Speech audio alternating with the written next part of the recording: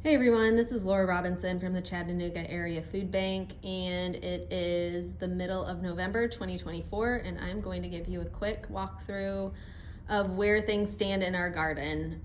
So if you're watching this locally, you know that we have had pretty warm temperatures lately. We haven't even hit any freezing temps, which our first traditional freezing temp is November 1st, so we're well past that date. It doesn't look like we'll have any freezing temps in our 10-day forecast, so this November has been a little crazy. I feel like the garden has been very productive. We have zinnias blooming in November. It's just kind of a wild time. And I wanted to start here in the greenhouse before we head outside, just to show you a few things that you can do now. So you'll see here I have strawberry plants, and I took plants from outside that had runners that went to baby plants. So I brought them inside because this is kind of the only way I could make it work based on where I have my strawberries planted. But it is best if you want to have new strawberry plants from the babies to keep them connected to the mother plant for a month or two. So you can see I've left the runner, and then I put the baby plant in soil. And some of these, let's see if this one is staked down. Some of them I have them staked down because it's kind of hard to keep them in the soil. But you'll see here, oh yeah, like right here. See, I have that staked down so that the end with the roots on it is stuck in the soil. It's pretty shallow though, so if you don't use some kind of stake, you'll have to kind of like really gingerly put it in the soil. I wanted to show you something over here. Oh, actually, so you can see this one, the baby plant was actually planted too deeply, and you can see where the leaves have died back, and I had just assumed that the baby plant was dead, but now, this is the first time I've noticed this, there is new growth coming from it. And that's, it's kind of been sitting there, what I thought was dead for like a week or two, but now it looks like actually there's something alive there. So that's exciting. So it's just an easy way to get new plants off of your original plant. I'm not sure exactly how long the original plant will stay productive. I think you can probably get a couple, 2 or 3 years of production out of the mother plant. But then you'll get more, you'll kind of keep, it's an easy way to keep, I guess what I'm trying to say, it's an easy way to keep propagating and getting production out of your plants if every year you're potting up the baby plants. And then next year your baby plants will put on runners, and it'll keep kind of going on and on. Another thing you guys can do, and I only do this with the Cuban oregano and pineapple sage. I'm sure there are plenty of other plants you can do this with, but I propagate them at the end of the season before the freezing temps will kill the plants.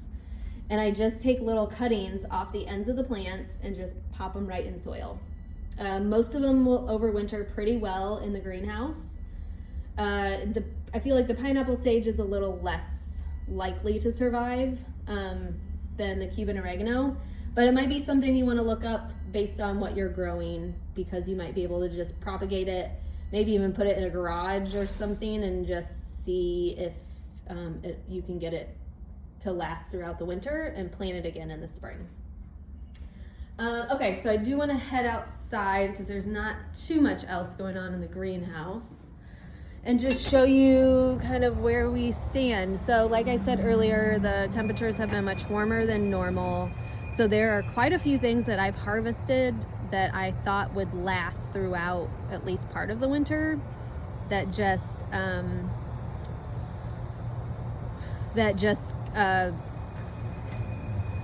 matured a lot faster than I thought. So I have a bed of cabbage here, and this is looking pretty good based on kind of where I thought it would be at this point. You can see little heads are starting to form up. In this bed I had a whole bed of carrots that were planted in August, and I just harvested those this week, and I got about 20 pounds of carrots out of one 4x8 bed, so that was pretty good. I have a couple of beds of this, it's called Japanese mountain spinach, and it looks pretty similar to just a traditional spinach, but I found that this has germinated way better for me than traditional spinach seeds have. So I think I'll continue to use it. It just seems to be more productive and more reliable. I have had some of this start to bolt already too, and again, this is spinach is something that I would traditionally think would last throughout the winter. It's really cold hardy, but we'll see. That bed of spinach might be gone sooner than later. I have a couple of beds of Swiss chard going. I've had a weird pest issue. You can see the little holes. I have found some black caterpillars in here that I've treated. I've used BT to treat, but there might be something else going on in here. So I put down some snail and slug bait. So I'm still kind of waiting to figure out what exactly is eating on this, but I usually don't have too much issue with that, but that seems to be this fall kind of the biggest issue I've had. I have plenty of mustard greens growing, which if you have a place where you have pest issues or like things coming in nibbling on things, I'll tell you nothing nibbles on mustard greens that I've found. So if you have kind of, and that's why I have these kind of in my pots that are not protected, because it seems like nothing really wants to eat them. Maybe that's saying something about mustard greens. I do enjoy mustard greens though. I know it's not everyone's favorite. I have a bed of garlic. You can see how much it's grown. Again, because we've had pretty warm temperatures. I have a couple of beds of collard greens. They have been fairly productive. I think there's been a little bit of aphid issues on the mustard greens. I mean, not the mustard greens, the collard greens and the kale, but it hasn't been too bad. I have a bed of beets planted, which these took a long time to germinate. I feel like maybe when I was trying to plant them initially, the temperature was too hot, but since it's cooled down slightly, the beets have grown pretty well. I have one bed of broccoli. I'll show you the heads. The main heads are forming up. And it'll probably be time to cut a few of these sooner than later, and then I'll leave the plants growing and hopefully we'll get some side shoots off of those. So once you cut your main head of broccoli, leave the plant in the ground and you probably will get side shoots.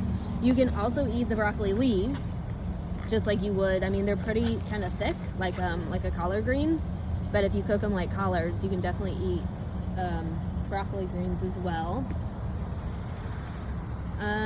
Had something in this bed, I don't even remember. Oh, lettuce that bolted pretty fast. Again, hot temperatures. So I planted turnips in here, and the turnips are germinating. So that's good. I planted a new bed of carrots, and both of these beds were planted within the last couple of weeks. So, yeah, we'll see how our temperatures go and how much growth we get on those. I can always cover them with some frost cloth if needed. This is a type of kale called 1,000-head kale, and you can see how big the leaves are getting. I only have 6 plants in this bed just because they get so massive, but I've been really impressed with their growth, and I think I would definitely plant this again. Even just the quantity that you get off of one plant is pretty amazing. I have a bed of scallions. Some were started earlier than others. You can see, this side is much farther along. This is the other bed of collards. This one is called Alabama Blue, and it's my favorite because look, it's so pretty, and it gets even a brighter blue color once the temperatures drop even more. So I really love that collard, although it seems to grow maybe a bit slower than some of the more traditional collard varieties. I have a bed of kohlrabi. If you've never planted kohlrabi, they kind of look like little spaceships. Some of them are doing okay, and some of them are teeny tiny and don't seem to be growing at all. Again, this might be another thing that kohlrabi is really winter hardy. It might be something that I end up harvesting most of it before it even gets that cold and trying to plant something else in this bed. I have a bed of dino kale, which has always been a really productive plant here. So I try to plant this type of kale every year. I have another bed of that Japanese mountain spinach. You can see it's really pretty plant, and it seems to do really well in our climate so far. I have a bed of, it's called Landis winter lettuce. It's supposed to be really cold hardy, which we don't really need right now because we don't have very cold temperatures, but we'll see kind of how fast it grows, and if it lasts throughout the winter, we can kind of test to see if we get some cold temps, how it does. I have a bed of leeks and a really big ant pile here that I need to take care of. A bed of arugula back here. Half of the bed was transplanted, so I've been keeping it covered. But that germinated pretty well. I think it was just planted October 21st. So because of our warm temperatures, you know, things are just keep kind of chugging along. I planted another bed of the 1,000 head. Now I'm looking in here, I'm seeing like little places where it looks like something's digging. I wonder how something is getting in and what it is. You can see there, like little holes where things are digging around. Maybe a squirrel, I don't know. But this is the 1,000 head kale.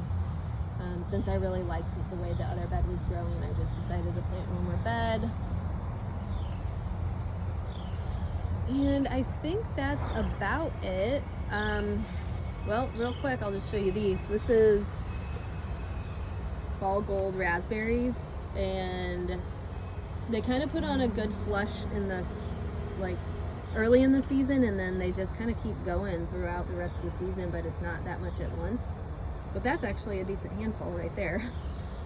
So yeah, the raspberries are still going. And I did plant some peas, which I typically only plant in the spring, but I found a variety, I think it was called Wando or Wando, that was good for germinating in hot temperatures, because usually peas like it cool. And you can see how well it's grown, especially over in this area of the bed. There's a couple things in this bed, but the peas are planted down there, and then you can see they've just kind of gone off the trellis and keep growing upward. And that's been a nice little kind of surprise. I guess I didn't expect to get peas this fall, so that's been nice. And I think that's about it. I am going to include a couple of extra details in my email. I will show you actually right now while I'm thinking of it. I have a hose reel that let me show you real quick. Someone donated to me that I thought I was going to use for another project, and I'm not. So if you would like this hose reel, please let me know. It's on wheels. So if you have a hose that you need to kind of move around a lot, this would be really nice. And then I also have an offer for seeds from one of the schools in our garden network, and I'll include details in the email about that as well. I hope all is going well, and I will talk to you all soon. Have a good one. Bye-bye.